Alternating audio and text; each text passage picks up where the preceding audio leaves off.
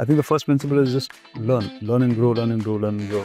We build a 4-quadrant kind of approach to customers, whether it's external or internal.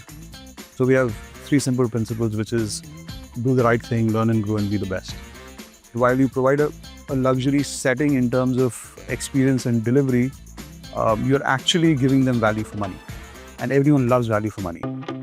Zenoti presents Growth Diaries, the fascinating stories behind the best brands in beauty, wellness, and fitness.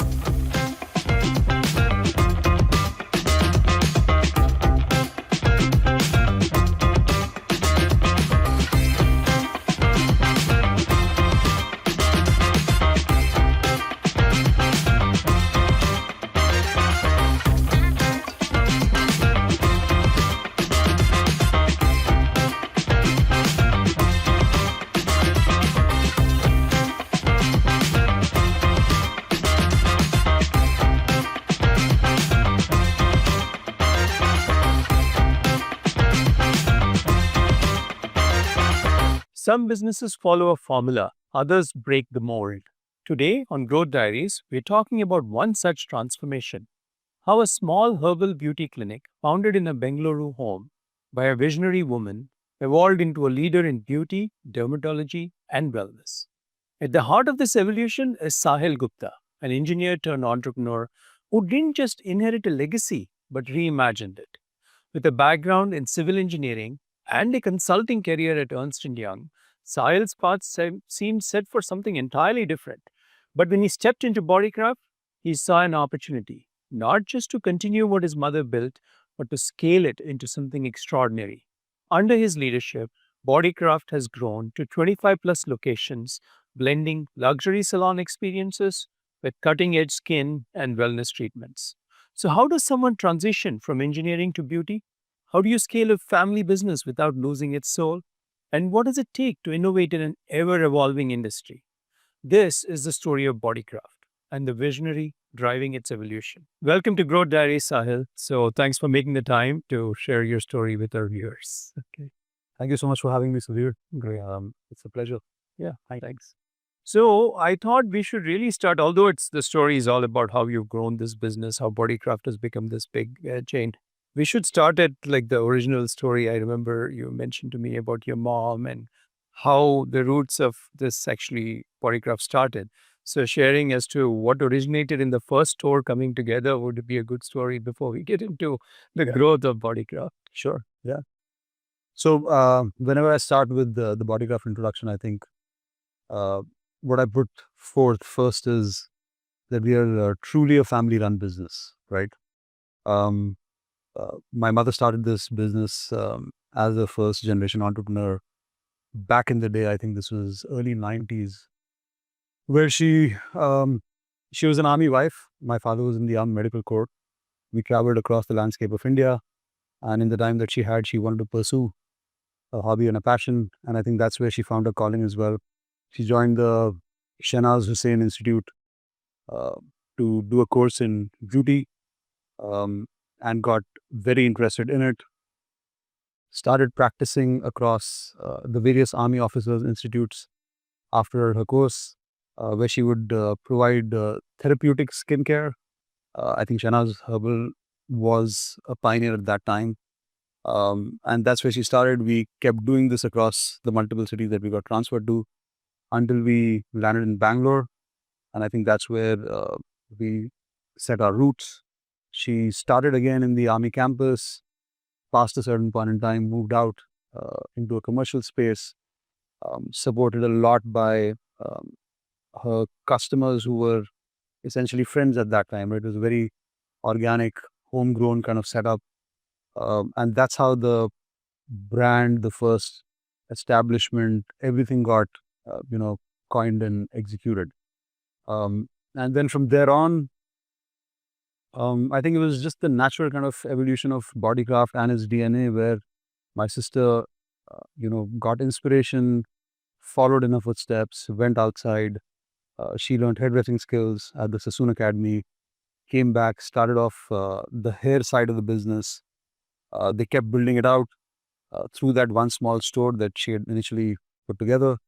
And then I think she took a large leap of faith as her popularity grew. I think markets were nascent at that time. And she set up a fairly large unit, which is essentially Bodycraft's model even today, where we set up a store that was about 5,000 plus square feet, all services under one roof. My sister took the lead on hair. My mother took the lead on beauty as well as wellness. So we put in India's, not India's, but I would say Bangalore's first day spa kind of destination under that roof as well. This was as early as 2006. Um, I was a consultant with Ernst& Young at that time. So I would advise large companies on growth and risk.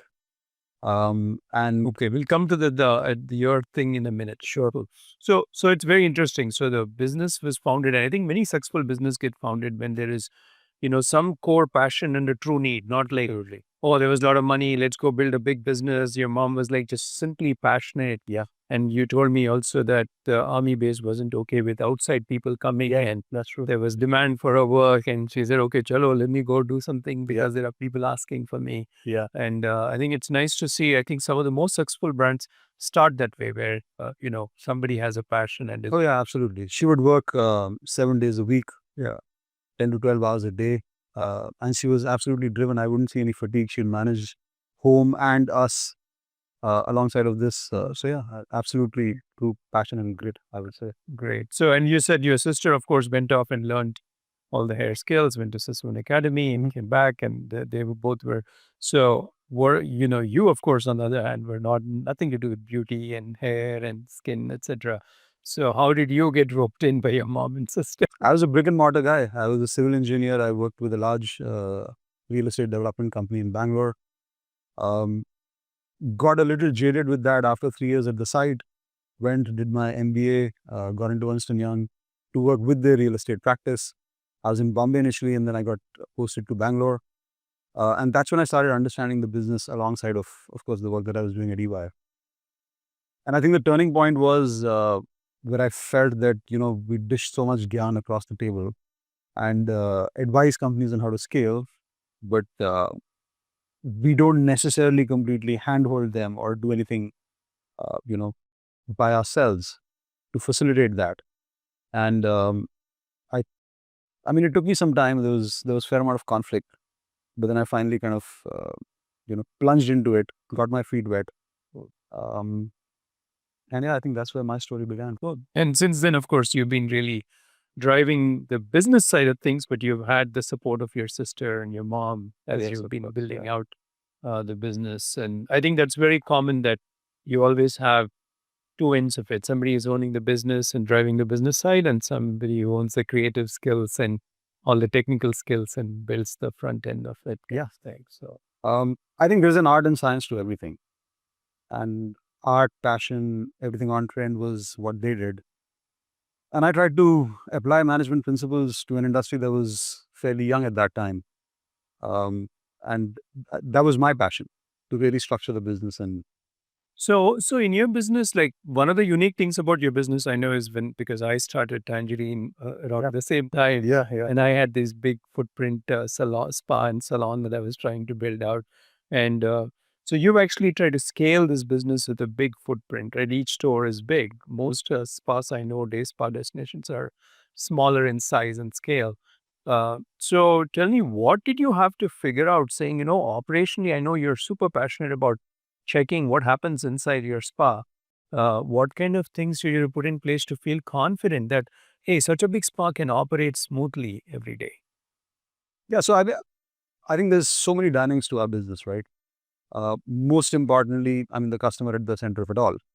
And people seek multiple services when they come to a space like ours because we provision across all categories. People are not necessarily always punctual. There will always be add-on services on the floor. And then you have resources running up and down because there's multiple flows of operations. And there was a lot of chaos to kind of, deal with that initially, especially because weekdays and then weekends, suddenly things are bursting at the seams. Um, my first effort was to sort out appointment management. And I would do that on a book. and I built it out, everyone's schedules, hierarchies, you know, uh, I'm sure that's where the genesis of Zenoti also was, right? Yeah. And I think my first meeting with you was kind of a revelation, because when you spoke to me and when we started going through what Manage My Spa was at that time, yeah, I saw a literal translation on a computer of what I was doing on hand, right? And then we do reconciliation of bills at the end of the day. We didn't have a job card concept and so on and so forth. So I I think because Zenoti was built to manage scale, it kind of completely aligned with what I needed to manage operations efficiently. Um, and since then, yeah, I think, appointment management is key. Making sure wait time is not, spoiling the experience. That is key. When people are leaving you, fast billing is key. So everything needs to be on the system, collecting feedback, and then, even follow through thereafter. I think these are first principles for any business.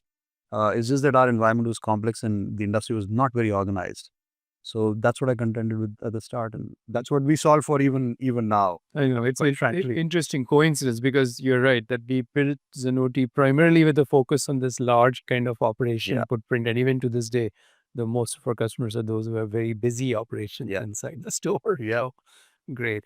But since you started Bodycraft, you've really expanded the scope of the services and things that you offered at Bodycraft, and I think given that you work in a luxury space and you have a high-end clientele, you've had the opportunity to say, how do you maximize make your stores more vibrant financially before you keep expanding kind of thing, right? So maybe you should give me some color in how has your service offerings evolved over the time at Bodycraft? The beauty, wellness, and fitness industries touch our lives like no other industry does. And every brand that has succeeded in this industry has a wonderful story behind it. We have stories that engage, stories that we can learn from, stories that inspire all of us. And I'm here to bring you these stories and introduce you to the wonderful people behind these brands. So if you're enjoying this, do press like and hit the bell icon to subscribe, so you'll be the first to know when a new episode comes in. It's been a very natural evolution, Sudhir. And like I said, our evolution is part of how the family got involved in the business. So my mother started with beauty and personal grooming. My sister came in with hair. We put in the wellness into it. When my father retired, he came back and he was a dermatologist. So he plugged in a small private practice of his into that space because we had so much real estate. And that's where I think the early signs of how services could work across the spectrum under one roof, it started dawning on us. Um, Cut to about 10 years later from that point, maybe not 10, maybe about 7, 8 years, my wife, who's also a dermatologist, none of this is by design. This is why I keep saying natural evolution, right, of us as a business and our DNA. Um, she, we were going to have our second child. She had a difficult pregnancy. She was at home. She kept getting calls from her patients who wanted to see her. She started seeing them at the Bodycraft premises. And while my father contained his practice to that one single store, uh, when I prompted my wife and she, jumped in, um, I think we built a fairly strong belief system that uh, we could now actually establish an environment which is cross-pollination rich, where services, like I said, across the spectrum, beauty, wellness, aesthetics, and so on and so forth, could all be incorporated. But I mean, it's also serendipity, right? It's good, it's God's grace, good fortune that all of us were able to work together. Um, but yes, today I think what we've evolved to is kind of a go-to, destination where everything on the salon side as well as the clinic side, in terms of aesthetics, body contouring, even wellness, we've managed to incorporate all of these categories. So it's not the easiest to do, quite frankly. It's a lot of balls, keep juggling in the air, and you always wonder that there are certain people who are specialized and they're focused on one category and they really build it out, right? So are you compromising a particular category because you're just trying to do everything at one time? But it's been many a year, and I think our focus has been that whatever we build out is built out in terms of best-in-class practices, qualitative standards of service or procedure delivery. And that's how it's taken us some time to get here. It's been a 14, 15-year journey. Yeah, and I think you clearly are one of the very few brands, I would tell you, because I work with so many old brands who has such a extreme gamut of services under one umbrella. So you're right, managing the entire breadth of portfolio in one facility and delivering it at excellence is very hard. I know someone is trying to do this, like in Atlanta, there's a gentleman, Van Michael, who runs a very high-end luxury salon and spa kind of thing. But now they're trying to bring in all the body and aesthetic business as well. Yeah. Let's see, they're in the early stages, but exploring that. Yeah. But I see this as a trend. Yeah. I like to think that we kind of led the way on that. Yeah. But like I said, it was a lot of factors that came to play. And over time, I think you also need to structure for it. So at the organogram level now, we have category leads who bring specific competencies to a particular category. And there's a fairly, strong cross-functional kind of synergy that is in play now. So one of the other things I know you have you had adopted from fairly early days is the concept of memberships. Right? And I am a firm believer that memberships make businesses very vibrant and healthier, and all kinds of positive characteristics of cash flow, etc. So tell me more about how have you when you started memberships, how it is, and how you've evolved those memberships, because I'm sure you have a depth of knowledge on memberships and what worked for you. Yeah, I think initial days, when you're trying to understand what works for the consumer, you look around, right? You do a lot of compete analysis. And we would see all forms of memberships, right? It could be buy two, get two, et cetera, et cetera, et cetera. We zeroed in on something which was fairly democratic, as in you pay us a certain amount of money, we top it up, and you can take any service that you want, right? And obviously you have that additional value sitting with you. Initially, memberships would expire and we'd get a lot of flack for it because people would argue, hey, I gave you my money, why can I not have it back? And at that point of time, we decided that memberships needed to be open-ended. Eventually, we came to a point where we realized that a lot of people bring along folks, and it could be friends, family, whoever, and they want them also to get the benefit because their money is already with us. So then we said, you know what, this is a friends and family open membership as well. We went through a phase where people would say, I want to redeem everything in one go, right? And we set a bar saying, no, you can redeem only 50%, right? Eventually, we had to do away with that. So the membership construct evolved over time, but what you have to ensure is that it's extremely friendly to the consumer, right? They should get whatever they want for it. And today, I think we're at a juncture where we have a very strong membership program for the salons. I would say about 60% plus of our revenue is driven by memberships. We analyze it at multiple levels. So membership renewals for our existing members, how we enroll non-members into membership by showing them, their average spend and the value that the membership could add. We have very strong new client enrollment into memberships, which is almost like a 25-30%, which means if you come to us for the first time, there's a good chance that about 30% of those new clients would enroll into the membership because they just see the benefit of it. We've got it across multiple tiers of denominations. So we start as low as, let's say, a 5,000 rupee membership, go as high as a 1 lakh rupee membership. And the clinic side of the business has always functioned on packages because you come and subscribe for a particular treatment and then you need multiple sittings. And today what we're trying to do is also go to that end of solutioning where we say there's one membership which we want to title the Bodycraft One Membership, which allows you access to salon and clinic services. Now, there's a lot of mechanics at work in terms of how you structure this, how the backend works, how you account for it, and so on and so forth. But I think that's truly what the customer wants, right? My dollar, wherever I want to spend it, and the best value for money. So I know we keep saying luxury.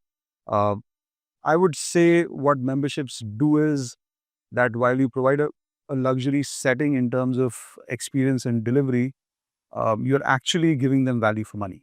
And everyone loves value for money, right? So they could say, I love luxury brands, etc., but there's a lot of discount mongering that will happen. And I think that's the gist of the membership today, that you can do whatever you want with it, and it's true value for money. And it's interesting, the statistics, 60% of your revenue can be attributed to memberships, which is very powerful. And I think very few businesses are leading at that scale in India in terms of just the bleeding at the edge of how memberships can be used in terms of that. And then the other thing is also, I think, as you said, when you top it up, somebody pays you 10,000 and you say, I'll give you 15,000. They think they're getting 50% more money. Yeah. But you're actually giving them a 30% discount or 133% discount. And then on top of it, the consumer has 15,000 rupees to go spend, not 10,000. So they're in a hurry to spend it. I have to spend 15,000. What do I do now? So there's a lot of characteristics that stand out. Looks like you. Oh yeah, it's been a discovery. Yeah. We have a cheat code as well, and we maintain everything that is statutory compliance on this. But we also tell our customers that the GST is on us, which means you're buying a membership, there's a certain GST element, and we say, you know what, this also goes back into your value. Now, of course, we need to financially, make it absolutely viable and make sure that the economics work. But that's another flavor to our membership program, where at 18% GST, everyone's conscious, right, on a high value of money. So, and I'm assuming you said you convert 25% of people who may be first-time visitors into a member, 25 to 30%, which means you probably have a fairly good training program for your staff on or models or tools to say, how do you explain the value of a membership kind of thing, right? yeah, of course. I mean, I think incentive is incentive is 101 on the training program. Yes. So everyone's driven by the incentive that comes along with it. But I think the system's matured to a point where everyone realizes that sure, there's incentive involved, but at the end of the day, the customer experience is what matters. So I think it's important for everyone to realize that, not only do you have showing incredible value to the customer, you have to build in an incentive to your staff and you're taking care of GST. So at the end of the day, you're diluting the membership a lot. And some people may feel, hey, I don't make any money. Why will I give away so much value, kind of stuff, right? But I do think memberships have a lot of interesting characteristics. Like once they buy your membership, as you said, they bring friends and family maybe. Oh yeah. And then if a new store opens next to you, you have time to react because all these are members, my customers, right? So they're going to keep coming to you and you will figure out how to respond to competition in a timely manner. Growth Diaries is brought to you by Zenoti, the software trusted by over 30,000 salons, spas, med spas, and fitness studios.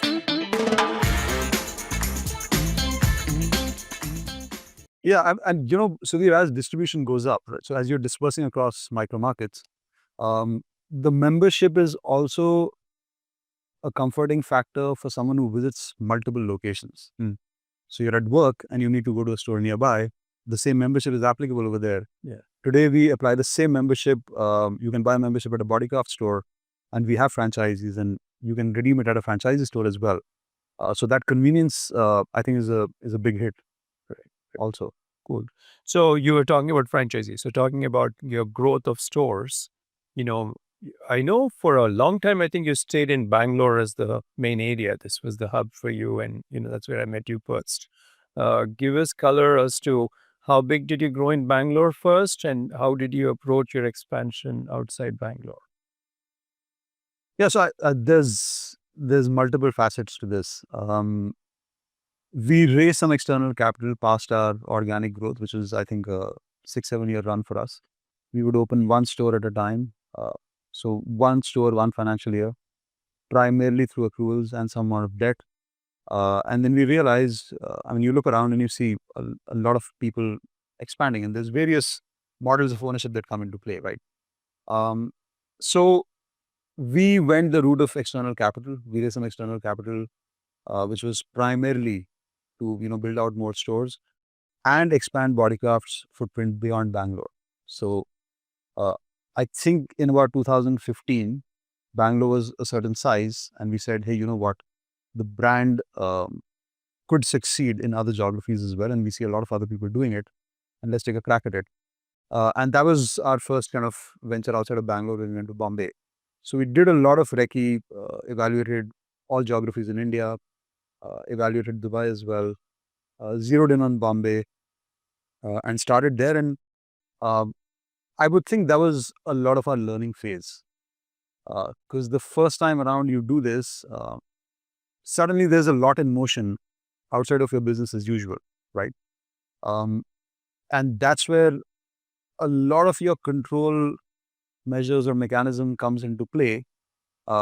People start to matter quite a bit. Labor dynamics in foreign geographies, they start to matter quite a bit. And that's the steepest part of the learning curve. So we did that. Unfortunately for us, COVID came along just as we were, 4 stores in Bombay.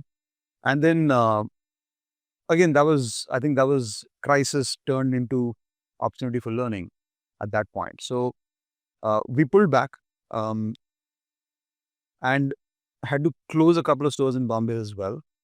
We had a couple of stores that we were developing in Bangalore, which we were not able to finance. And we'd always gotten franchising inquiries, and I wasn't an advocate of franchising. But then someone came knocking along and we said, you know what, let them maybe execute the store. That's how the first franchisee kind of came into the Bodycraft ecosystem. And then from there on, I think we've learned financial management. We've learned that you have to be prudent when you expand. You have to expand thick, which means you go to a particular geography, you have one store, it ends up becoming like an orphan child, right? Because bandwidth is not focused on it. So today, I think where we're at, we've got uh, multiple models for asset ownership. We intend to spread thick across the various geographies that we target. And this entire process of learning has taken us to a point where we have franchisees enrolled for large mandates, which means they do multiple stores in one location. There are certain other principles that we follow, which is that the franchisee owner has to have, feet on the street, which means they have to be personally involved with the business. We co-locate our clinics with every franchisee store that we build out on the Salon side. So the clinic ownership still rests with us. And what is done for us is to kind of spread the footprint fairly fast. Because now we have inquiries coming in from all over, because I think the model is lucrative, because both the Salon and clinic are kind of housed together. So basically, you're saying from the learnings, I would say, is that one is you should go thicker, that more density when you want to go to a city. So there's substance and you will put your attention behind it. Otherwise, you won't put it. Yeah. And second is, even if you sign up a franchisee, find one who's willing to, roll out 4 stores, 5 stores, not the guy who wants to roll out 1 store. And then you also have a more vibrant franchisee, I guess, with more skin in the game as well. Yeah, franchisee management is easier because, you're essentially looking at a principle of key account management rather than multiple franchisees. We also ensure that any franchisee store is being operated just like a Bodycraft store would be operated, which means we consolidate the entire backend in terms of reporting, MIS, policy, process, audit, assurance. Everything applies to a franchisee store as it would to our store, including talent acquisition, everything that is assessments, all our learning and development programs. They're completely secular, irrespective of who owns the store. That's essential to ensure consistency for the brand. It's an uphill task, but Yeah. So I think given that you are, of course, it's the business we are in is people intensive in terms. So you depend on employee retention and staying with you for customer retention as well. And given that you run a more higher end format, which isn't very common, it's hard to find employees who worked on your kind of a format. They worked in some other formats, basically. So what have you had to do in terms of both keeping employees and training them, and what investments have you had to make along the way? so we build a 4-quadrant kind of approach to customers, whether it's external or internal. And we said we'll always function on principles which are acquire, sustain, develop, retain. And every quadrant has to have due amount of attention and continuous process improvement, right? So I think at the top, the brand, the big purpose, vision, mission, core value system matters, right? It might not seem extremely significant initially, or it might seem like a little bit of faff, right? But as you mature, you learn that is what people imbibe, and that is why they stay with the organization. So we have three simple principles, which is do the right thing, learn and grow, and be the best. And everything translates uh, for the employees in terms of our engagement with them on these core values. Everything that is performance measurement is also based on the same. We work with people on alignment with the Bodycraft culture, how they're continuously learning and growing, and of course, performance metrics, which dovetail into the business metrics. Um, I think learning is critical. Where India is today, and given the kind of ecosystem we have in terms of our people force, learning is key. That's And I top of think, the as, hierarchy. and I think, as you said, when you expand to so many other cities and we're a service-oriented brand, this culture thing is very important. What you said, and the very first thing you said is do the right thing. Yeah. It's one of the biggest challenges is because you're not there everywhere. It's a family-run business. Your number one priority is saying, "Yeah, I just always want the guests to have the great experience." Yeah. So it's good to see the values start with do the right thing because that's what every employee you hope will figure out. And I think imbibing those values is important. Yeah. Labor dynamics are very varied across the landscape of India. Yeah. And these are the only things that kind of hold the brand together. And in terms of, you mentioned performance metrics, you come from management background. So I'm wondering, what have you done to design performance metrics for employees and how have you made sure they're all bought into it, they feel this is fair and all that stuff? What happens with employee performance reviews and all that? Well, incentive again, the driving force. Yeah. We make sure people are incentivized across the board, pretty much for everything they do. But their incentives are tied to, like I said, alignment with the Bodycraft culture, professionalism, and so on and so forth. Um, and I think what happens, over time is that uh, from a policy standpoint, uh, sometimes people don't get it on the ground. So you literally need to translate every calculation for them and simplify it to a point that everyone can see what the scope of my earnings could be, where I stand today, where I need to get to by the end of the month, how it could fast track my career as well. And I think that's as simple or as complex as you can make it, right? But I would say an understanding on a day-to-day basis, right? Simple concepts like huddles, where people are informed and educated on this, uh, setting some competition in place, two teams kind of competing with each other on the floor, having a mentor-mentee construct, right, where seniors kind of lead the juniors. Um, I think on the service delivery side, these are the basics. I like your concept of, because I keep reminding, but sometimes I notice people also want to write some content about employee retention and everything. I keep reminding them, this is a profile of an employee where money is so important. They're not like high wage employees. So the number one thing they care about is, can I make more money? Yeah. So when you design any retention strategy, it has to be that they make more money kind of thing. And that is so important. But a lot of people miss it and they think that. So I'm glad you kept coming back to saying incentives matter and you to tie them to performance metrics and that matter to you kind of stuff. I think so. The rewards and recognition, and rewards being the incentive, uh, and recognition being respect, right? So, incentive is equal to respect in a very tangible manner. Yeah. Because people feel rewarded for the grunt work that they do. There are people toiling on the floor for 9 hours a day. For them, the respect comes from you valuing uh, all the toil, right, and quantifying it. So whenever, now moving on to a different thing, whenever you open a new store, it's obviously, as you said, a big investment, whether you're making it or your franchisee is making it. You're as accountable to say, how do I make this franchisee successful and hit it off the ground kind of stuff, right? So how do you know and what do you look at in the first few months of a store being open to say, okay, this store is getting to viability, it is getting there? How do you help, and what metrics do you track, etc.?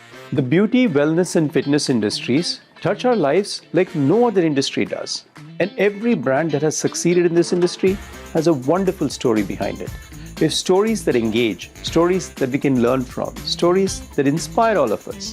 And I'm here to bring you these stories and introduce you to the wonderful people behind these brands. So if you're enjoying this, do press like and hit the bell icon to subscribe, so you'll be the first to know when a new episode comes in. I think what precedes that is to actually get a tangible measure of the market, right? So if there's, let's say, 10 competitors out there, what's the market size in that particular micro market?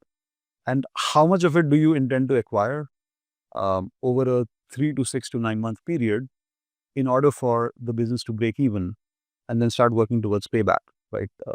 That's the simple math that we put in place. Past that point, of course, we bank on, Bodycraft being a one-stop shop. We bank on talent acquisition that is hopefully deeply entrenched in that geography.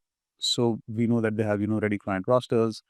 And beyond that, I think it's the simple, operating margin concept at a store level, right? So the store needs to start making money in the 6th month and start covering all its costs. And I'm assuming, given that Bodycraft has a good membership program, when I'm a franchisee, given the brand of Bodycraft itself, I probably will collect a lot of cash flow ahead of time. Yeah. To make myself like sustainable and defend my ground. Yeah. Yeah, for sure. I think we and everyone can do better at that. One of the leading examples in India is I think Cult, which is a fitness chain. Yeah. And from what I understand, what they do is when a store is set up, they already have month 1 and 2 revenues collected as advance bookings for the gym membership. And that's fantastic, right? It's so much comfort to see that much cash upfront after heavy investment, whether it's from the corporate or from the franchisee. So what we're trying to institute, and we haven't been very successful until now, is to build out a fairly large funnel in terms of leads and new clients who will work with us on the founder membership principle. Yeah. That I came to the store and I'm a founding member, and hence I'll always have, a membership that is higher than everything else, right? For the lifetime of the store with me. We haven't perfected that. We haven't cracked it as yet, but we're trying. But I haven't, yeah, absolutely. Gyms do that all the time. And I haven't seen our spas and salons successfully pull it off well. But there are a few people experimenting with what you're saying, which is even before the store opens, you start selling memberships. And so, you're creating cash flow and everything for the business, and also building a lot of goodwill with these early customers by calling them founders and all that. So I think it'd be interesting to see how you crack that, because I don't think many people have cracked that very well. So it's good. There's a very interesting company in the longevity space called Next Health in the US. And they do this really well. Their entire GTM is focused on how we create buzz for the brand and get people excited about being founder members. So yeah, I'm sure there's work out there that's great. So in addition, now moving to another topic, is that since your stores again are large format, you need a lot of footfall, you need a lot of traffic to justify having big stores and everything, right? Yeah. So what kind of, you must have experimented a lot of marketing strategies. What's worked for you? What do you do from a marketing perspective to drive traffic? So the NSM, which is the North Star metric for the business, no matter who you are in the business, becomes footfall. And that's the most important. And that could be for a new store or for an existing store. Yeah. Degrowth is a very real phenomenon in our business as, a micro market matures, as more competition comes in. So we lead with a very simple concept, which is pre-experience and post. Pre is your new client acquisition, experience is what happens on the floor, and post is everything that is retention, reacquisition thereafter. In the new acquisition phase, we work across the board. So I think your marketing channel mix is critical. Performance marketing is something that we've been working on for the past couple of years, and it's not easy for our industry, especially on the salon side. I think the clinic side is still a discovery category, right? So a lot of people are latching onto the internet, and that's where you target them with ads. On the salon side, slightly more nuanced, and the more you get into it, the more complex it gets. So performance marketing, I think on-ground buzz, today's social media, influencer-driven marketing, those are big. I think some micro markets respond really well to stuff that is localized, more vernacular. In micro markets where there are large housing societies, I think, your resident welfare associations, you need to tie up with them. I think some markets dense with, companies, you need to target the right corporates and get, large companies enrolled into, discounts for their employees at your store. And over time, this is what we call a marketing, activation plan, or you could call it GTM for a new market. We try to determine what's the right weightage to give across all of these. I wouldn't say we're learning the ropes. I think we're midway through the journey, but you got to work across all of this. And then we attribute a certain amount of footfall to the people who are joining us as the team as well. Okay. Right. Oh, yeah, that's right. Yeah, we said that out there. Yeah. So that's interesting in the sense that, some of your guests are coming from the local community. Like when you go open a new store, it's not just doing all the ads and social media and everything, understanding your local dynamics, the communities, the offices, all that is important. So that's something which I've found good brands tend to do that very well. They just get embedded into the community and they research all the local areas and see where will customers come from. And I think doing that well, no matter whether it's a franchisee or your store, is very important. Yeah. Because social media nowadays everybody does, but doing these kinds of local marketing kind of stand out. I mean, there's so many touch points, and you need to hit someone across multiple touch points. And in terms of, you also do like gift cards and all that. Are gift cards used for new customer acquisition, or it's more for your existing customers, you think? What? I don't think we're very heavy on gift cards. Okay. It's not something that is really taken off. What we do fairly well at is the referral program, which is a form of a gift card for the referrer and the referee. Okay. Right. So you want to bring a friend to me, I will log you into the system. A voucher goes to your friend, and this is, of course, enabled by Zenoti. They get an invitation to visit us with a certain coupon, which already gives them a certain value of, service redemption. And when that person comes in, enrolls in the store, the person who referred them automatically gets the credit into their account. So that works in terms of word of mouth and kind of structuring that into a process. Do you recollect what level that's working for you in terms of any numbers and what percent of new customers come from there? I would think that's at about 5%. Cool. Yeah, broadly. Yeah. So, but that's good. I mean, I think given it's a service industry, I always advocate to people, there's nothing to lose. Referral program, you only spend if the guy is showing up. Yeah. You're not just giving money and hoping they'll show up. Here, it's like the spend happens only after they show up in terms of that. So I think it's a no-brainer for people to practice referral programs. So you said you'd start off with simple routes to your business in terms of skincare and beauty and then salon and then. But when you get into MedSpa, it's a very dynamically changing space. Technology is changing rapidly. There are new ways of doing these services. So I'm wondering, how do you stay abreast of, and how have you seen some of this technology evolve? I mean, do you have somebody whose job is to understand what's going on, and how does that work out for you? Well, yeah, I mean, so technology is two aspects for us, right? On the MedSpa or the clinic business, there's a lot of energy-based devices that you use for solutioning, and patient outcome is dependent on that. Now, those could be lasers or various other technologies that are at play. For body contouring, we work with cryolipolysis and so on, right? So that's one area of discovery. And India is now seeing a lot of, OEMs from across the world targeting the market for the energy-based devices. From a consultation standpoint, analysis of skin and hair, right? Simulation of before and after, 3D modeling. These are technologies that we're trying to experiment with. Um, from an ops excellence standpoint, I think um, everything that is your call center, which is cloud telephony, the CRM that you use that works across the length and breadth of the consumer experience, um, everything that goes into store audit, so opening checklist, closing checklist, mystery audits, what kind of platform can run that for you? Um, those are also key areas of focus for us. Data analytics, I mean, you could, it's not technology, it's basic, right? It's must do today.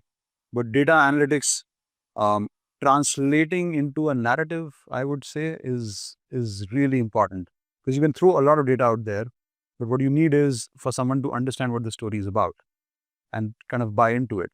Um, these are key areas. From a functional standpoint, I think AI is the buzzword, Yeah. and it's critical today. So even I'm trying to understand how you make it habit and then eventually muscle memory.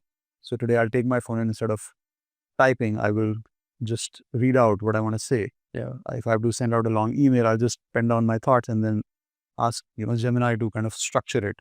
And then it can be various versions. If I'm reading through a 20 email thread, then I will get a summary of the email. The marketing team uses a lot of AI for their creative effort and output and so on and so forth. Um, in the backend, of course, Zenoti is enabling a lot of stuff for us. I'm going to go back and talk to my team about how Zini can do better for them, right? Yeah.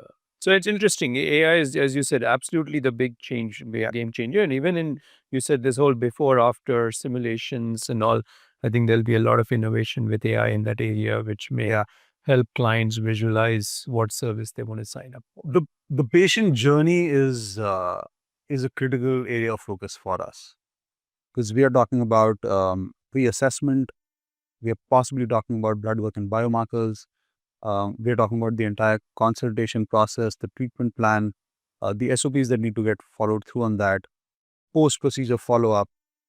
If all of this can come alive in terms of true technology driven output and be visible to the patient as well, I think that's where your success is, because the patient is kind of married to their journey with you, and there's transparency. And I mean, the clinic business is about trust, right? Because this is your skin and hair, and uh, it affects you at a fundamental level in terms of self-esteem.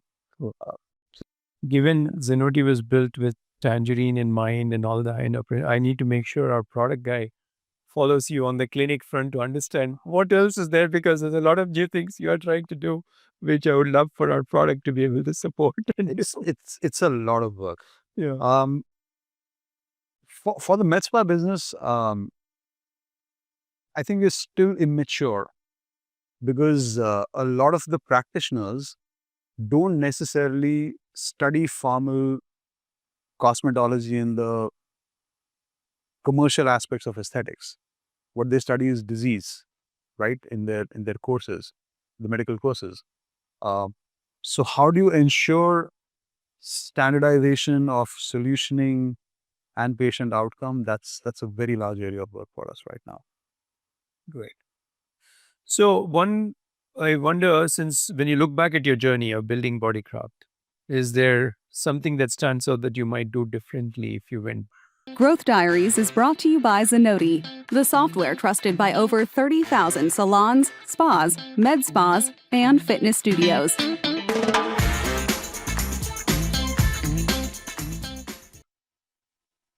So many things, but I think I'm at a place where it's water under the bridge. I'm very excited about how we can do better. We made mistakes. I think everyone makes mistakes. One of the fundamental ones was that as we grew and expanded, we wanted to make sure that every location had a clinic, and we got really busy with it. But I think we ended up compromising uh, customer experience all the way to something as basic as wait time. right? And then we had to take a lot of corrective action. Um, and I think this is, just multiple tracks that you need to keep running on in parallel and make sure that, one track doesn't get kind of left behind. Yeah. That would be one. And maybe the second regret would be that I could have been a little more driven by a little more foresight when we started the whole expansion process pre-COVID, right? I could have been smarter about it. I think I was very stuck in my business and I did not engage with the broader, ecosystem and the peer group. That was another learning for sure. Cool. And I think, I found the same thing, what you said, which is all the streams have to work well. Because when we built Zenoti as well, I was passionate about building a great product, helping people use it. But then when it came time to support, which is basic, somebody has a question, somebody's going to answer it. He took it for granted saying, they'll figure it out. But well, we did have challenges in the early days and I had to go back to square one and say, no, you have to fix the support thing. So great. And so in that same vein, if somebody is starting off today in this industry as an entrepreneur, what would you give as an advice to them? I, I, I think you should learn the ropes because the broader ecosystem has matured quite a bit. You want to dive in, sure. But at the end of the day, there's tangible investments going in and then your time and energy going into it. I would think someone should learn the ropes before they plunge in. Yeah. Right. There's enough learning to be derived in. I think the first principle is just learn and grow, learn and grow, learn and grow. I heard this from somebody else also, that the industry is far more mature now than it was 20 years ago. Mm-hmm. So you have to be more, educated or learn enough or even come up with a new format or something different if you want to come into this space. Absolutely. Yeah. I think the traditional stuff is very, very... It's very commoditized now. Yeah. So as part of building Bodycraft in your journey, do you feel there's any particular trait of yours that has helped you in building Bodycraft? I'd like to say attention to detail, but I think it's a double-edged sword, right? Because you get sucked into so much granular stuff. But I think that's how I'm conditioned at a foundational level. My work as a civil engineer was always about micro measurements. My work at EY was about dissecting everything across the strategy and risk universe that could be. So I believe that I have mental stamina for really digging into things and understanding them at a very granular level. Like I said, there's a flip side to the coin, which sometimes draws me away from the 30,000 feet view. But no, but I think when at this stage of the business where you've gotten to, attention to detail probably mattered a lot because of the fact that this is a service business. Attention to detail is important. If anything can go wrong, it's not like you're running a retail showroom. Just bring the products to the counter, sell it, and you're done. Go back to your desk again. So the attention to detail matters. But I think as you grow from, say, 50 stores to 200 stores, now there you need to be a certain kind of profile. That's it's 1 to 10 and then 10 to 100. Yeah, that's right. And then, is there any company at a personal level that you look up to, you admire, and and why? Yeah, of course. And I mean, I know you mentioned that it could be from the industry or outside. To me, commonality of big purpose and mission across the ranks is what I admire the most. Because you could have, 100 thoughts in terms of leadership running, but if it doesn't translate down the ground, then at a fundamental level, the business is not accomplished what it set out to do. So I have tremendous admiration for the company that you've built. Absolutely, yeah. I think very, very on point in terms of translating everything that you set out to do. And everyone speaks the same language, right? Which is phenomenal to see. If you were to go bigger, I would say, Apple. You walk into an Apple store, just everything is about the product and the consumer. Big purpose is to, defy everything that the world does, brilliantly integrated across everything that they sell. And I think in the earlier days of my work, I drew a lot of inspiration from the Enrich chain as well, Enrich and Kaya. because I felt that with everything that they did, the internal and external customer were always kept at the center of it. And there's beautiful storytelling around it. So, it could reflect in their marketing and how they position themselves, how they speak to their audience or their people, right? I felt that those were brilliant narratives kind of woven into the day-to-day, grunt that the business is. Yeah. So those are inspirations. I've also been a big admirer of Enrich and their work, and of course Apple for a big attention to detail. Yeah. But by the way, we should all know that I didn't ask him to say anything about Zenoti. That was a surprise, but thanks for feedback. It's an absolutely honest compliment. Yeah. Great. So thanks a lot, Sahil, for making the time for this. And I think your journey is undoubtedly more unique in the Indian ecosystem in terms of not just Indian, actually, on a global level, because I have not seen many businesses which bring together a spectrum of services under one umbrella at a category, at a level of service which is at a very high end and all that quality. And so there's a lot for people to learn as you keep building this chain. And I know you're at 25 stores. All the best to get to 100 stores. So thank you so much. Thank you for having me. Yeah. It was a privilege coming over, and it's always nice to kind of sit back and reflect on the journey and have this conversation. So yeah, thank you for that. Yeah, it helps you. It helps people. Yeah. So It works both ways. thank you. Thank you so much, Sudheer. Bye. Growth Diaries is brought to you by Zenoti,